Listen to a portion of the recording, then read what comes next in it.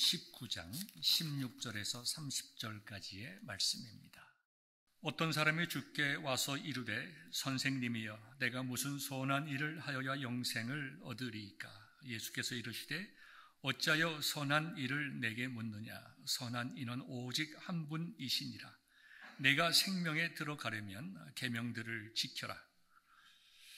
이르되 어느 계명이오니이까? 예수께서 이르시되 살인하지 말라, 간음하지 말라, 도둑질하지 말라, 거짓 증언하지 말라, 내 부모를 공경하라, 내 이웃을 내 자신과 같이 사랑하라 하신 것이니라. 그 청년이 이르되 이 모든 것을 내가 지켰사온데 아직도 무엇이 부족하니이까?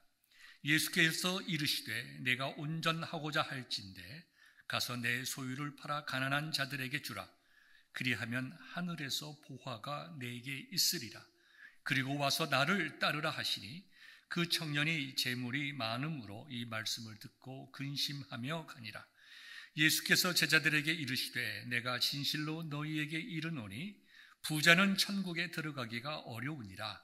다시 너희에게 말하노니 낙타가 바늘귀로 들어가는 것이 부자가 하나님의 나라에 들어가는 것보다 쉬우니라 하시니 제자들이 듣고 몹시 놀라 이르되 그렇다면 누가 구원을 얻을 수 있으리이까? 예수께서 그들을 보시며 이르시되 사람으로는 할 수 없으나 하나님으로서는 다 하실 수 있느니라. 이에 베드로가 대답하여 이르되 보소서 우리가 모든 것을 버리고 주를 따라 싸운데 그런즉 우리가 무엇을 얻으리이까? 예수께서 이르시되 내가 진실로 너희에게 이르노니 세상이 새롭게 되어 인자가 자기 영광의 보좌에 앉을 때에 나를 따르는 너희도 12 보좌에 앉아 이스라엘 12 지파를 심판하리라. 또 내 이름을 위하여 집이나 형제나 자매나 부모나 자식이나 전토를 벌인 자마다 여러 배를 받고 또 영생을 상속하리라.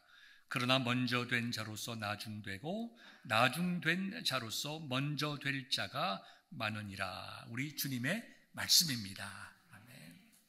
18세기의 영국의 목회자이시며 우리에게 좋은 신앙의 모범을 끼친 목사님이 계십니다. 존 뉴턴 목사님이신데요. 이분은 여러분들이 다 아시는 Amazing Grace의 작사를 하신 분이기도 하십니다. 그분이 82세의 나이로 임종하실 때에 이렇게 유언과 같은 말씀을 하셨습니다. 내가 천국에 들어갔을 때에 놀라운 일이 3번 있을 것이다.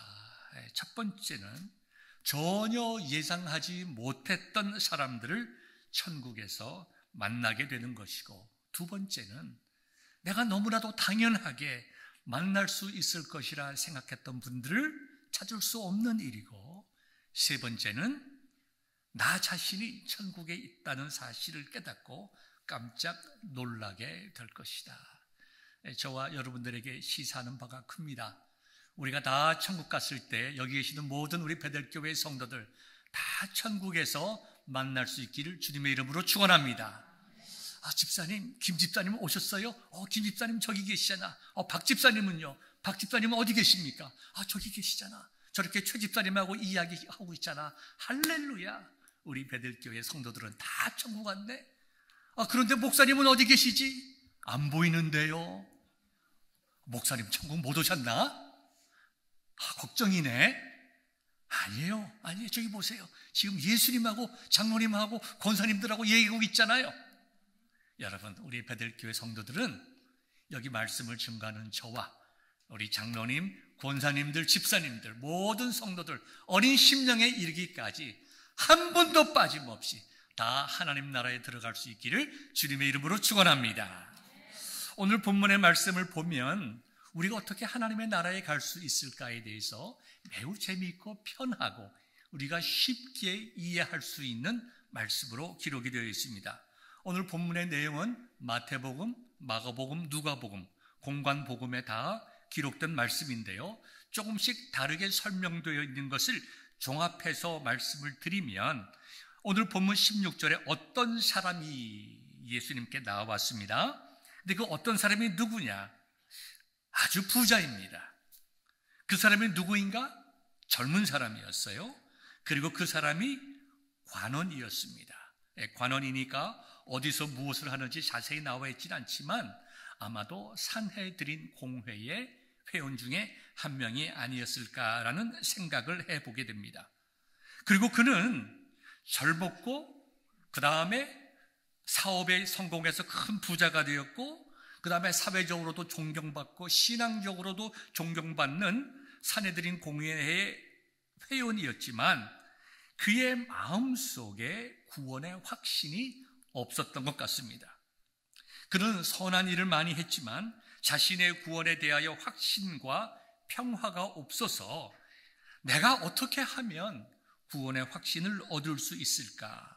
예수님 앞에 나왔다고 공관복음 여러 군데에서 설명을 하고 있습니다. 그런데 나왔을 때에 마가복음의 표현을 보면 예수님 앞에 무릎을 꿇었습니다. 그리고 질문했습니다. 선생님이여, 내가 무슨 선한 일을 하여야 영생을 얻으리까? 우리가 어디서 많이 들어본 말씀이죠? 어디죠? 니고데모가 예수님을 찾아간 그 사건과 아주 흡사합니다. 그 젊은 사람이 유능하고 또 부자고 열심히 있는 사람이었지만 매우 겸손하고 진리를 탐구하는 사람이라고 하는 것을 우리는 쉽게 알 수가 있습니다. 그럴 때에 예수님께서 17절에 말씀하셨어요. 어찌하여 선한 일을 나에게 묻느냐? 선한 이는 오직 한 분이시니라. 한 분 누굴까요? 한 분 하나님이심을 말씀합니다.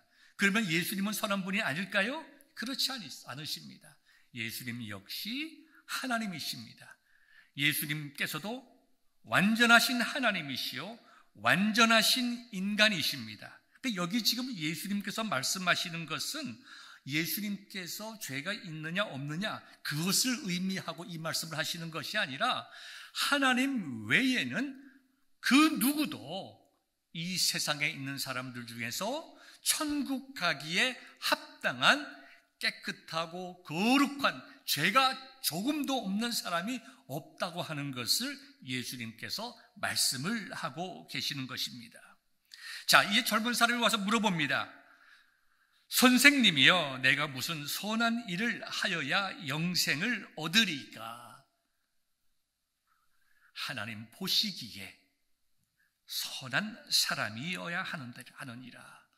하나님 외에는 이 땅에 선한 사람이 아무도 없는데 너는 선하여야 영생을 얻을 수 있느니라. 이렇게 말씀하시면서 계명을 지키라. 계명을 온전하게 지키면 하나님 앞에 선한 사람임을 말씀하고 계십니다.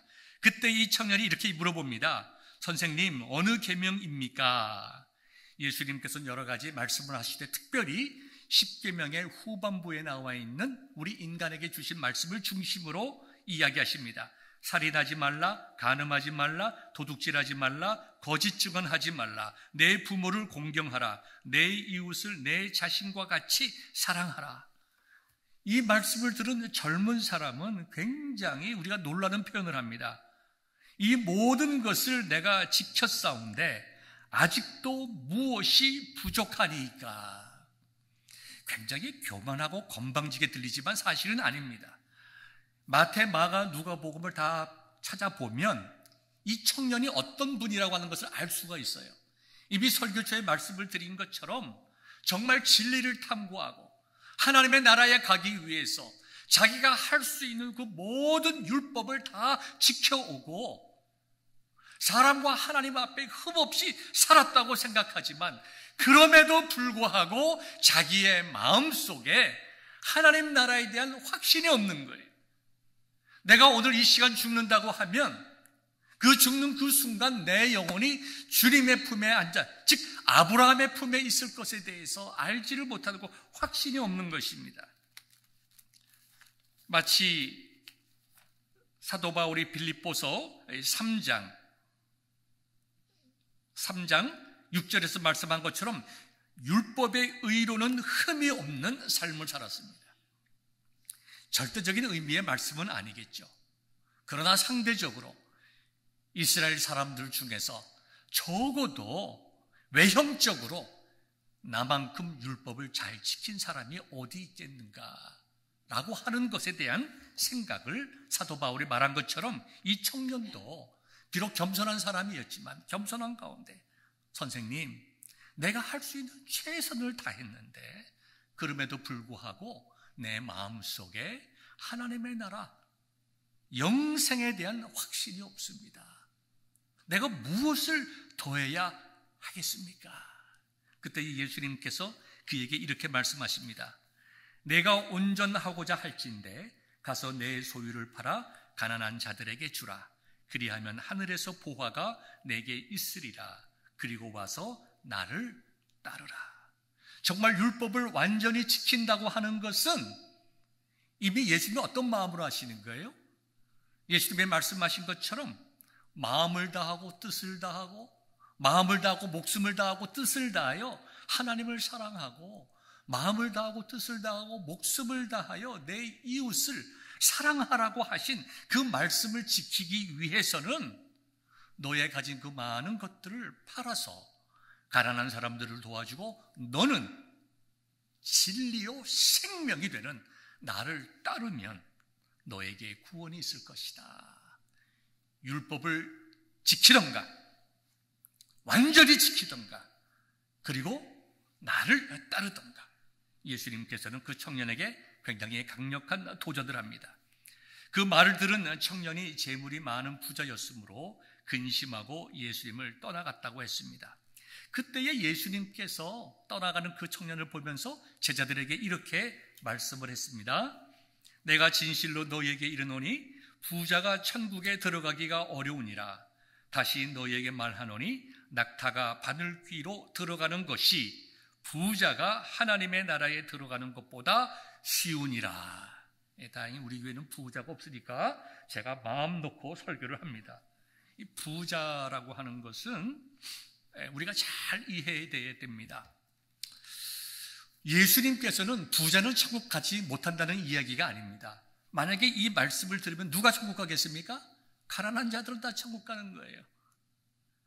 부자이기 때문에 천국 못 가는 것이 아니라 가난한 자에게 때문에 천국 가는 것이 아니라 예수님께서 하시는 말씀의 핵심을 우리가 기억을 해야 됩니다. 이 핵심의 말씀을 이제 이해하기 전에 이 말씀을 먼저 이해합시다.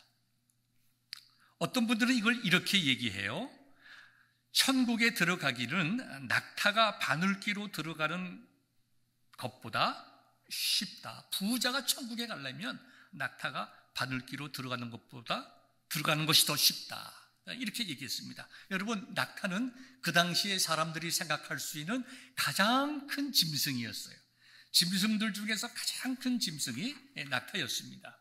그 다음에 그 당시에 사람들이 생각할 때에 많은 구멍이 있겠지만 사람이 생각할 수 있는 가장 작은 구멍이 바늘 구멍입니다. 그래서 이건 말이 안 되죠. 어떻게 낙타가 바늘구멍 속으로 들어가겠습니까? 그렇다면 부자들은 아무도 구원 못 받는 것입니까? 사람들이 생각을 하고 어떻게 하든지 우리가 이해할 수 있는 방법으로 해석하기 위한 노력을 했습니다. 그 중에 하나가 뭐냐 하면 그 당시에 바늘귀 구멍이 있었다는 거예요.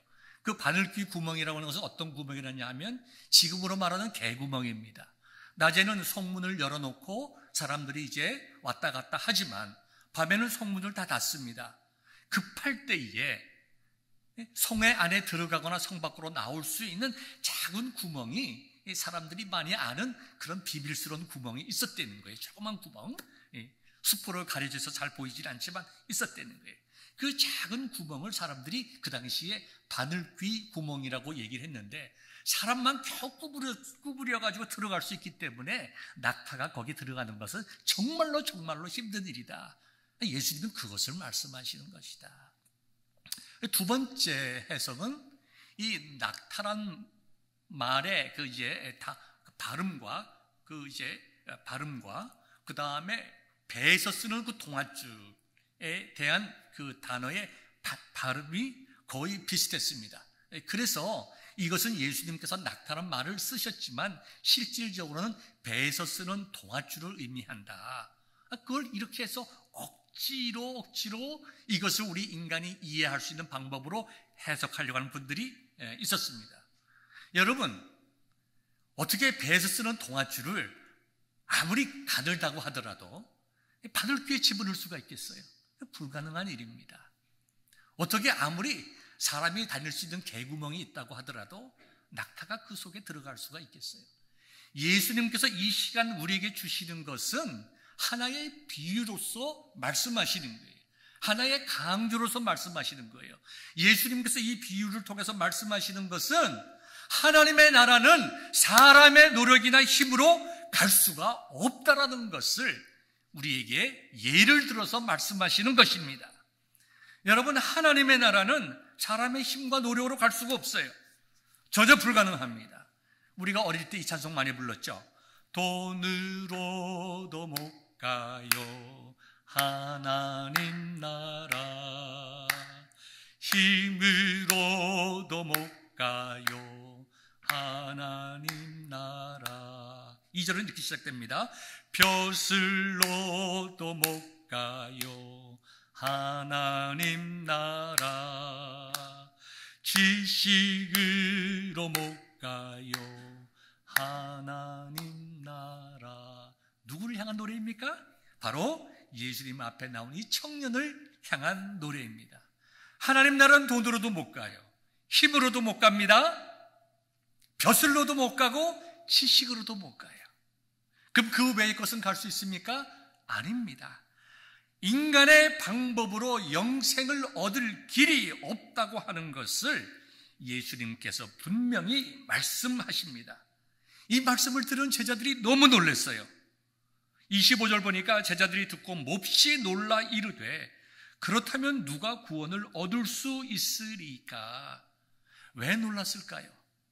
왜 그렇다면 누가 구원을 얻을 수 있을 것이라고 제자들이 질문을 했을까요? 예수님의 비유가 말씀하시는 것이 제자들이 무슨 말인지 알아들었다는 거예요.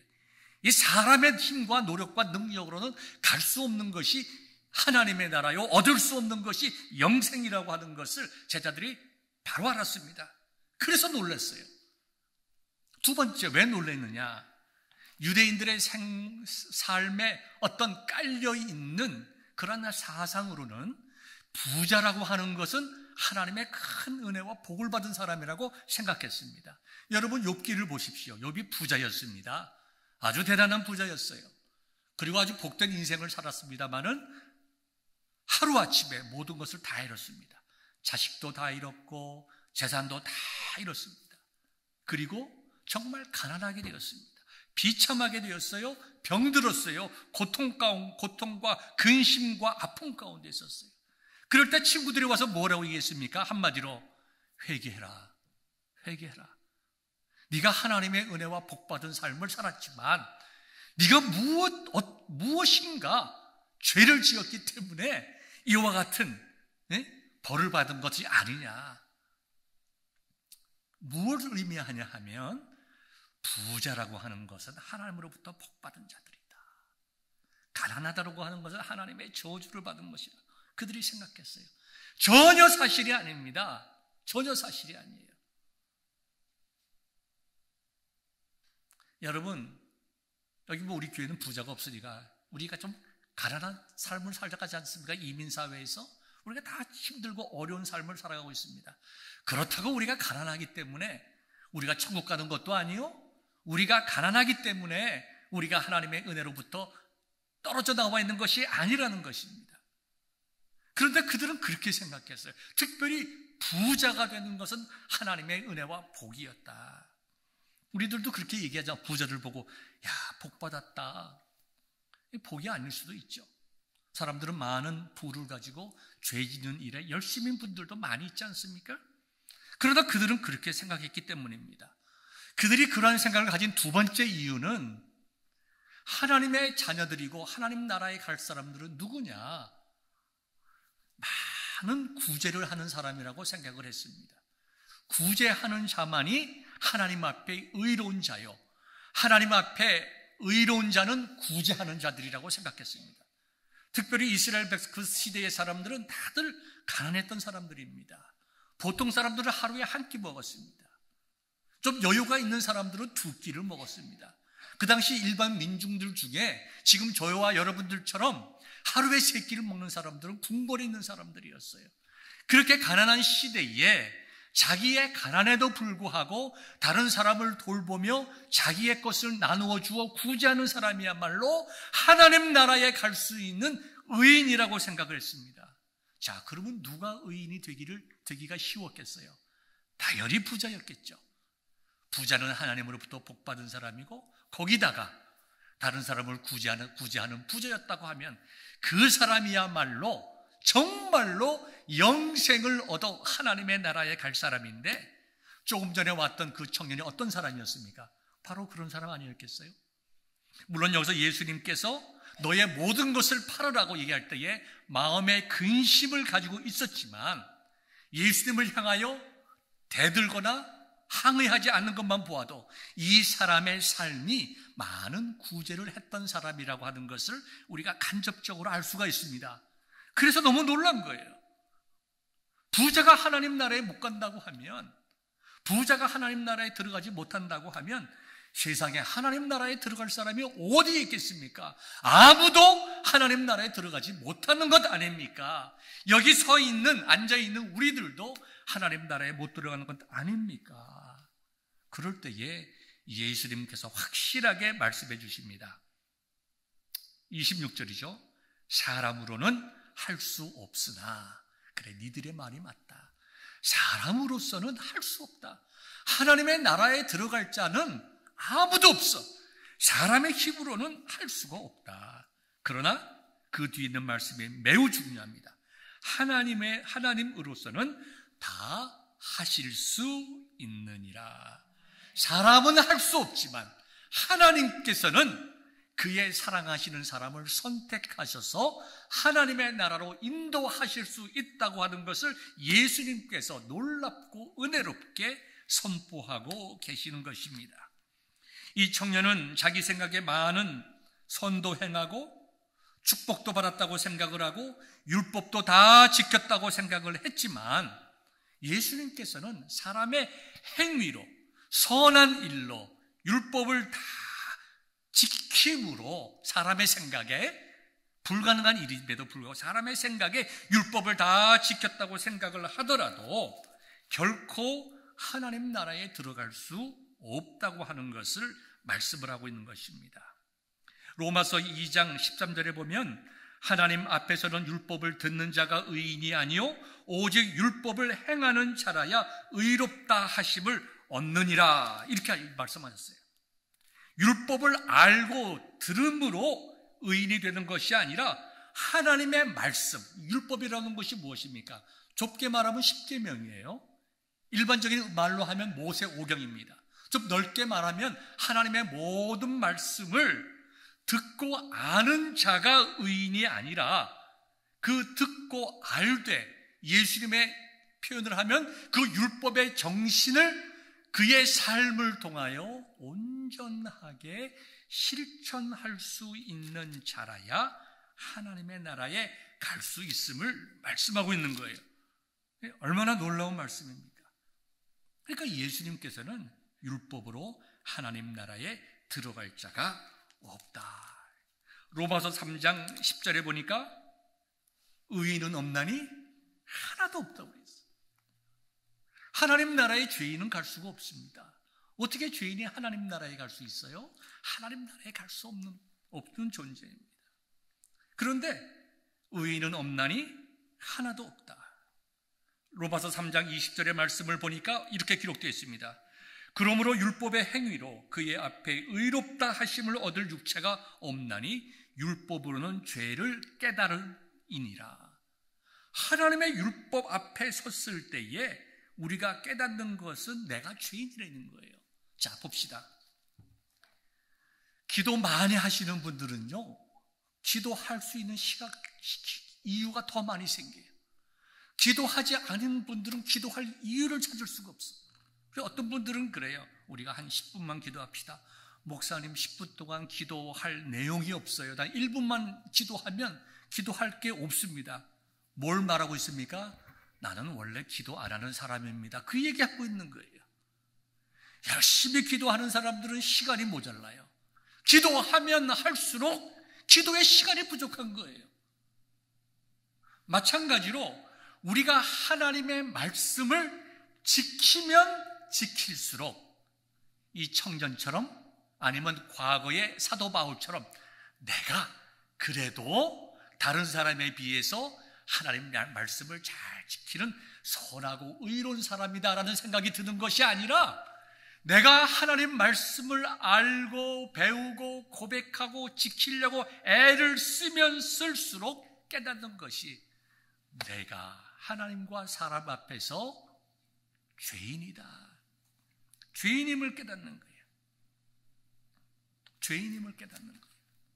그러니 그 누구라도 하나님 말씀을 지켜서 좀 쉽게 말하면 선하고 착하게 살아서 하나님 나라에 갈 자가 이 세상에 아무도 없다는 것입니다. 그러나 두 번째로 저와 여러분들에게 말씀을 드리고 싶은 것은 우리의 구원이라고 하는 것은 다르게 표현하면 우리가 영생을 얻어 하나님의 나라에 갈 수 있는 것은 하나님께서 우리에게 베풀어 주시는 은혜를 믿음으로 하나님 나라에 갈 수 있음을 우리가 고백할 수 있기를 주님의 이름으로 축원합니다. 오늘 그 말씀이 본문 앞뒤에 자세히 기록되어 있습니다. 오늘 이제 이 본문의 말씀이 마태복음 19장 16절부터 30절까지의 말씀인데요. 오늘 그 본문을 마지막 30절 먼저 된 자로서 나중되고 나중된 자로서 먼저 될 자가 많으니라 라고 하는 그 이음의 문맥을 통하여 포도원의 품꾼 이야기가 나옵니다. 이 성경 말씀을 다 읽지 아니하고 여러분들에게 내용만 설명하겠습니다. 20장 1절을 보면 천국은 마치 품꾼을 얻어 포도원에 들여보내라고 이른 아침에 나간 집주인과 같으니, 지금 예수님께서 설명하는 포인트가 뭐냐? 누가 돈을 얼마나 많이 받고 적게 받았느냐가 아니라, 일꾼이 얼마나 일을 잘했느냐 못했느냐가 아니라 누가 천국에 들어갈 수 있는 자냐, 그걸 말씀하고 있는 거예요. 자, 주인이 포도원에 일꾼이 필요해서 이른 아침 6시에 나갔습니다. 사람을 불러다가 일을 시켰습니다. 그 다음에 좀 있다가 나가서 9시에 나가서 사람을 뽑아서 데리고 왔습니다. 그 다음에 12시에 나가고 3시에 나갔습니다. 그래도 사람이 필요해서 또다시 나갔습니다. 이제 하루가 끝나려고 하는 5시쯤에 나갔더니 아직까지 거기서도 그날의 일을 구하지 못해서 서성거리는 사람이 있었습니다. 얼마나 갈급했겠어요. 내가 무엇인가 일을 해서 싹쓸 받아서 먹을 거를 사 가지고 가야 내가 내 식구들을 먹일 수 있는데 얼마나 그 아버지로서의 안타깝고 초조한 마음이 있겠어요. 그래서 그를 또 일꾼으로 삼았습니다. 여기서 늦게 온 사람에게 1달란트를 주었습니다. 주인이. 1달란트라고 하는 것은 한 노동자가 하루의 품삯입니다. 그러니까 그 당시에 통용되는 것은 아침부터 6시든지 9시든지 아침부터 오후 5시까지 하루를 종일 일을 할 때에 주어지는 품삯이 1달란트였습니다. 그런데 끝날 쯤에 왔던 5시쯤에 와서 1시간 정도 일한 사람에게 1달란트를 주었습니다. 그러니까 9시에 오고 12시에 오고 심지어 6시에 온 사람들은 그것을 보면서 놀랍니다. 아니, 어떻게 저렇게 주인이 저런 일을 하나? 조금 일한 사람에게도 저렇게 1달란트를 주었으니까 나에게는 많이 주겠지, 이렇게 생각하는 것이 당연하겠죠. 그럼에도 불구하고 주인은 모든 사람에게 일을 한 시간에 상관없이 다 1달란트씩 주었습니다. 어떤 분들은 이렇게 생각할 수가 있습니다. 늦게 와서 온 사람은 눈치 보지도 않고 너무 고마워서 열심히 일을 했고, 아침에 온 사람은 어슬렁어슬렁 일을 하는 것을 주인이 보고 똑같이 줬다. 일의 질을 따라서, 시간이 아니라. 그것은 이 예수님께서 하신 말씀의 의미하고는 전혀 상관이 없습니다. 예수님께서 천국의 이 품꾼을 이야기하는 것은 하나님의 공의와 은혜를 설명하는 거예요. 하나님께서는 모든 사람들에게 똑같은 기회를 주었습니다. 신실하신 하나님께서는 하루의 품삯을 다 주었어요. 그런데 그 하나님의 공의보다 크신 하나님의 은혜가 그들에게 임했다는 것이 지금 예수님께서 이 비유를 통해서 말씀하시는 거예요. 일은 적게 했지만 사람의 생각으로 보기에 한 달란트 받을 자격이 전혀 없었지만, 마치 거꾸로 얘기를 하면 사람이 열심히 노력하고 선하게 살고 그 다음에 귀한 일을 많이 하고 성경에 있는 말씀들을 다 지켜서 구원을 받지 못하는 것과 동일하게, 같은 의미로 이번에는 반대로 아무리 적은 일을 하였다 하더라도 하나님의 은혜가 그 사람에게 임할 때에 그 사람은 구원받는 하나님의 백성이 될 수 있다는 것을 말씀하고 있는 거예요. 여러분, 저와 여러분들이 왜 구원받았습니까? 우리는 다 죄인임에도 불구하고 우리의 죄보다 크신 하나님의 은혜가, 우리는 왠지 알 수 없지만 그 어메이징 그레이스가 저와 여러분들에게 임하셨기 때문에 우리가 구원받은 줄 깨닫고 우리가 다 같이 아멘으로 화답할 수 있기를 바랍니다. 아멘. 아멘이죠. 얼마나 놀라운 은혜입니까? 오늘 본문 바로 직전에 예수님께서 어린아이들을 위하여 안수하시고 기도해 주신 것을 볼 수가 있습니다.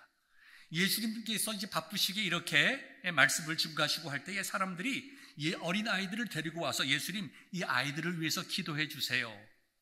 제자들이 정말 애들은 가라, 뭐 그거죠. 지금 예수님 이렇게 바쁜데 이 애들까지 데리고 와가지고 왜 귀찮게 구르냐. 그때 예수님께서 그들에게 나무로 꾸짖었습니다. 어린아이들을 용납하고 내게 오는 것을 금하지 말라. 천국이 이런 사람의 것이니라. 그리고 안수하셨다고 했습니다. 그러면 이것도 어린아이면은 천국에 가고 어른이면은 천국에 못 갑니까? 어린아이들은 조금 살았기 때문에 죄를 조금 지었고, 나이가 많을수록 오래 살았으니까 당연히 죄를 많이 지어서 천국 가고 못 갑니까?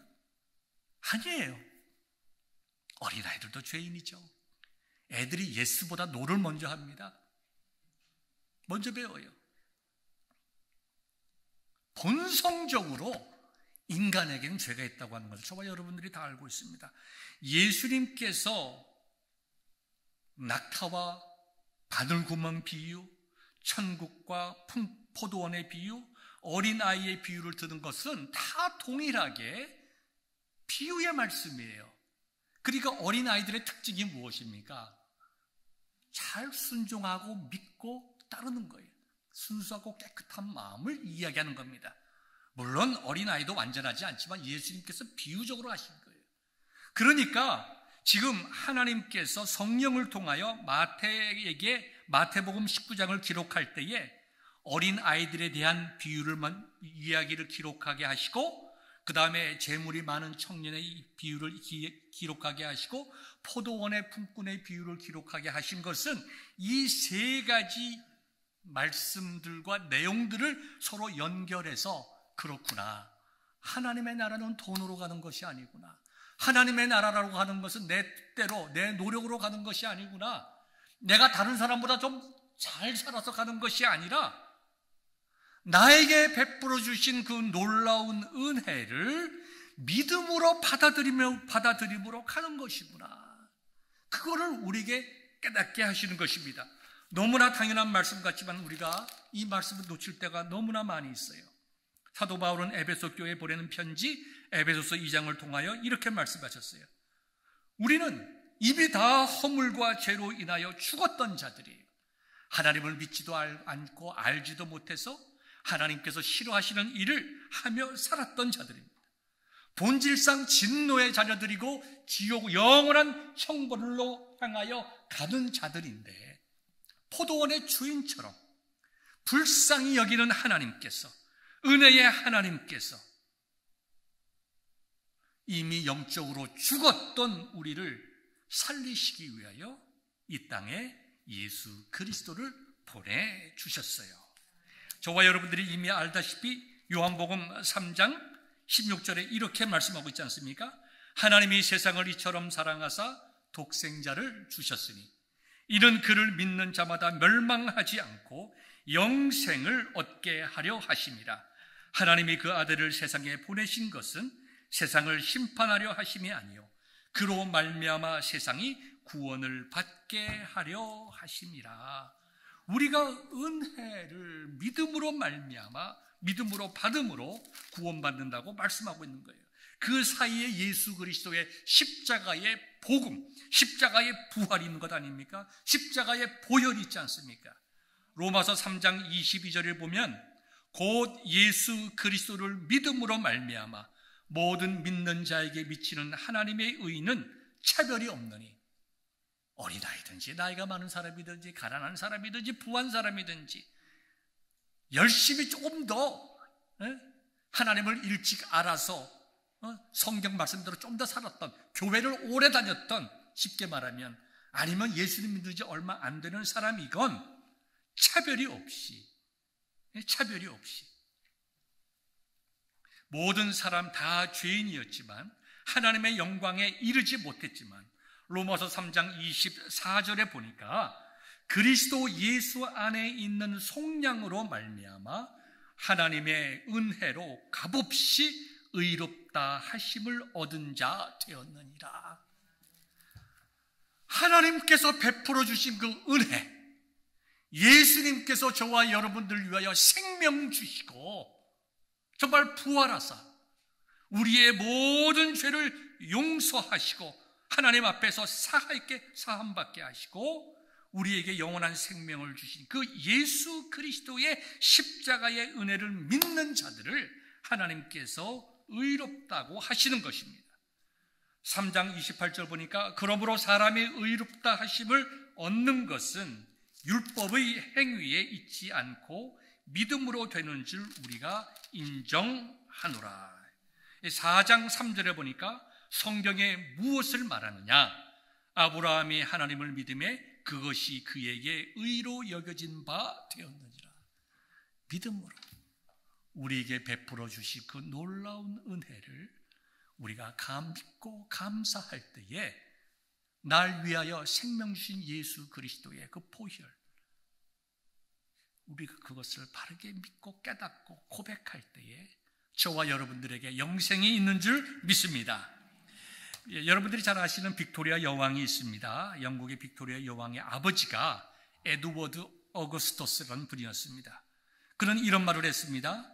내가 구원을 받은 것은 영국의 공작이기 때문이 아니요, 지금 빅토리아 여왕의 아버지이기 때문이 아니라 내가 구원받은 유일한 이유는 내가 죄인이기 때문이다. 자기가 하나님 앞에서 죄인임을 깨닫고 내가 내 죄가 용서함받아 영생을 얻어 하나님에게 나갈 수 있는 유일한 길은 날 위하여 생명 주신 예수 그리스도임을 믿을 때에 내가 구원을 받게 된다고 했던 그 에드워드 어거스토스의 고백이 이 시간 말씀을 듣는 저와 여러분들의 동일한 고백 될 수 있기를, 그리하여 우리 모두가 다 천국에서 함께 만나 영원한 기쁨을 누리는 우리 베델의 모든 성도 되시기를 주님의 이름으로 축원합니다.